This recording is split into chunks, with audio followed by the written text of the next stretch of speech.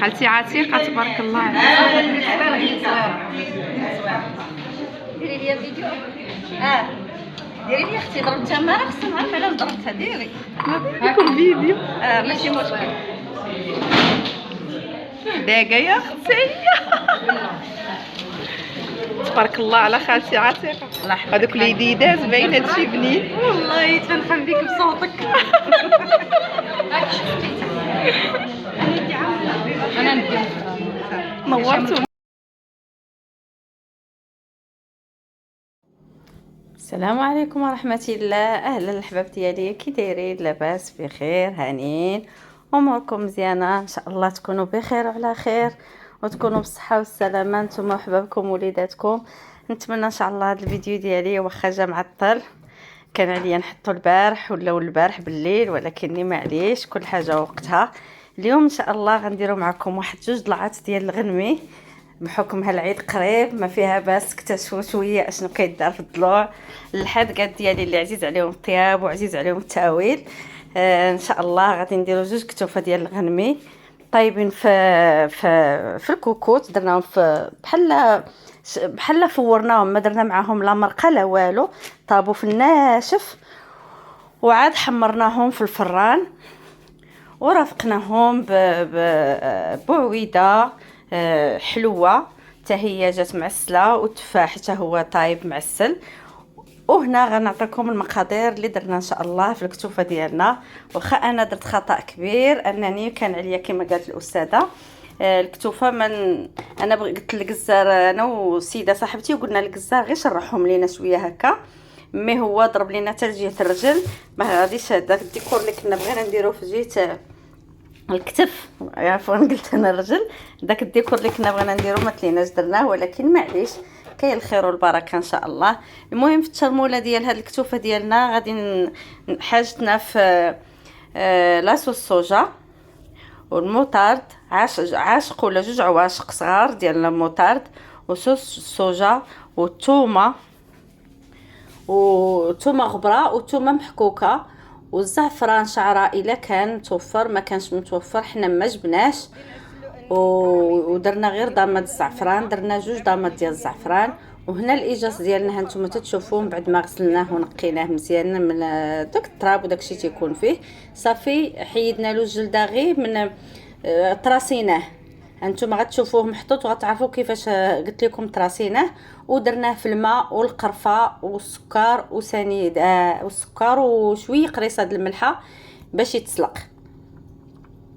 هنا في التشرموله ديالنا زدنا الهريسه الحار، ديك الحار ديال القرعه البنات اللي تيكون حار بصح النيت، وعاشق كبيره ديال السمن البلدي يكون حتى هو حار، والملحه.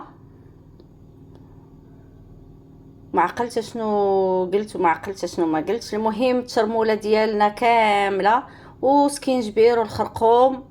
وهنا تنخلطوا كل شيء، تنخلطوا التوابل ديالنا. هنا كنزيد شويه تاع الابزار باش يجينا شويه بالنكهه حاره. صافي وكتشرمل الكتوفه مزيان مزيان مزيان وكتدخل فيهم ديك التشرميله كما كتشوفوا. الاستاذه ديالنا راه يديها هادو باش كتشرمل. المهم الله يعطيها الصحه وراتنا طريقه سبيسيال، طريقه غزاله، وهي ماشي مكلفه بزاف وانما طريقه زوينه بزاف والله. نتفاداو كاع داك الطياب تاع الفران وداك الشيء. تتعرفوا الغنمي ملي كيوصل الفران تيتكمش تيرجع صغير. هذا بقى تقريبا بقى عاطي النضره وبقى في الكميه ديال الهيئه فاش كان بقى تقريبا فيها. نتوما غتشاهدوا هنا التفاح ديالنا خويناه من الوسط وغسلناه ونقيناه وخلينا الشابو محترفين به مطرفينه حيت غادي نحتاجوه للتزيين. وهذه الضلعه الثانيه. هنا في لاصوص اللي درنا لهاد الضلوع هي اننا شلضنا جوج بصلات حكيناهم في الحكاكه ودرنا لهم الزيت البلديه والملحه فقط، وشحرنا البصيله ديالنا حتى ولات قرونه. صافي وحطينا الضلوع ديالنا هانتوما كما كتشوفوا بدون ماء بدون حتى شي حاجه، وسدينا عليهم الكوكوت وخليناها تصفر نظرا لضيق الوقت، ما بقاش عندنا الوقت. هنا الدغميره اللي غادي نديرو لاصوص اللي غادي نديرو في التفاح، عندنا جبلي القطر اللي بغيتو نتوما، وعندنا اللوز هاشي، وشويه د المليحه وشويه د الملحه هي اللي دارت. وغادي تزيد العسل. دابا راه 3 ايام باش دازت على الحصه، راه بزز باش كنتذكر. والعسل زادت العسل وزادت شويه، نقولوا راس معلقه ديال الحار باش تيجي حلو وحار. صافي هنا كتجمعوا مزيان، كتجمعوا كتعمر به التفاح وكتها العسل هذا اللي غتزيد في التالي، وكتجمعوا وكتعمر به التفاح وكتدخلوا للفران على نار مهيله يطيب. هذا التفاح طاب في الفران، البعويد طاب في الماء. صافي فيه شو تنديروا؟ كنعمروه كما كتشوفوا. ولي شابو غادي ندهنوهم بشويه تاع الزيت ونحطوهم حتى هما مع التفاح في الفران حتى تيطيبوا، وغادي نزينوا بهم التفاح ديالنا بكيردون باش يجي من الفوق عطيب بحال منظر جميل. دابا تشوفوه ان شاء الله في النهايه. هنا عندنا الاناناس، والكيوي ما جبناهش. المهم كاع هادشي كله احتاجيناه، والمشماش. المهم جبنا غير المشماش والاناناس. وهنا عندنا لوبلي اللي سلقناه وزدنا عليه مايونيز والقرقاع، وتزيدوا كاع اللي عندكم. هذا بحال شكل تحليه، بحال شكل السفه، بحال شكل شي مرافقه، غادي تكون مرافقه مع الكتوفه ان شاء الله. الاناناس ها هو درتو في الزبده والعسل وشحرته شويه مزيان حتى عطانا هذا اللون كراميلي. كذلك البعويد، كذلك المشماش، كلهم شويه الزبده وقريصه الملحه والعسل. وإلا كان السكر البني لا داعيه من هادشي كله، نديرو غير السكر بني ونشحروهم فيه مع شويه تاع الزبده، كيجي رائع بحال هادشي كما شفتوني انا اللي شحرتهم وانا اللي قديتهم. جا على هذا الشكل رائع وعطي واحد التقرميشه يا سلام. تمنيت تذوقوها ان شاء الله.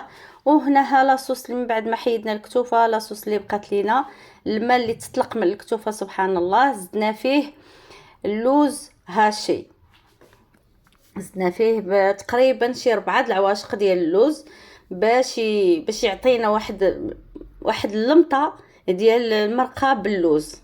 لاصوص تجي كلها لوز سبحان الله، تجي رائعه. وزدناها قريصه ديال العسل، شويه ديال العسل المريقه.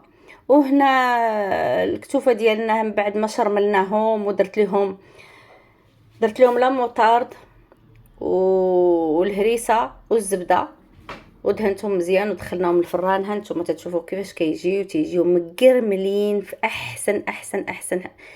احسن طياب جاو. والله القسم ما قنعنا منهم، جاو غزالين. وان شاء الله في العيد باذن الله غادي يكون لحم موجود وكثير ان شاء الله. غنديرها لولادي في الدار باذن الله. هنا صافي سالينا، بقى لينا الدريساج وبقى لينا التقديم. ها كما كتشوفوا هنا لوبلي ديالنا زيناه وقديناه في واحد المول وجا على هذا الشكل هذا. وهذا واحد الولد معنا غيدوز امتحان ديال التخرج، الله يسهل عليه ويكمل عليه بالخير. هو اللي قدم وهو اللي دار لنا التقديم النهائي، حيت مسكين غيمشي عنده امتحان، الله يسهل عليه ما صعب. صافي هنا الاجاز ديالنا زينا به لوبلي اللي درناه في وسط ديال طبق التقديم. والكتيفات غنديروهم من الجناب وتزين على حسب كل واحد وباش يبغي يزين. المهم اللي عندنا حنايا اجاز، تفاح، مشماش، اللوز مقلي، هادشي كله زينا به. وانتم زينوا باش ما بغيتو، غير المهم كمعلومه هكا كيجي الطبق ديالنا. وخليت لكم الراحه والهنا، ونتمنى يعجبكم الطبق ديالنا اللي درنا اليوم. وشكرا جزيلا بزاف. والسلام عليكم ورحمه الله.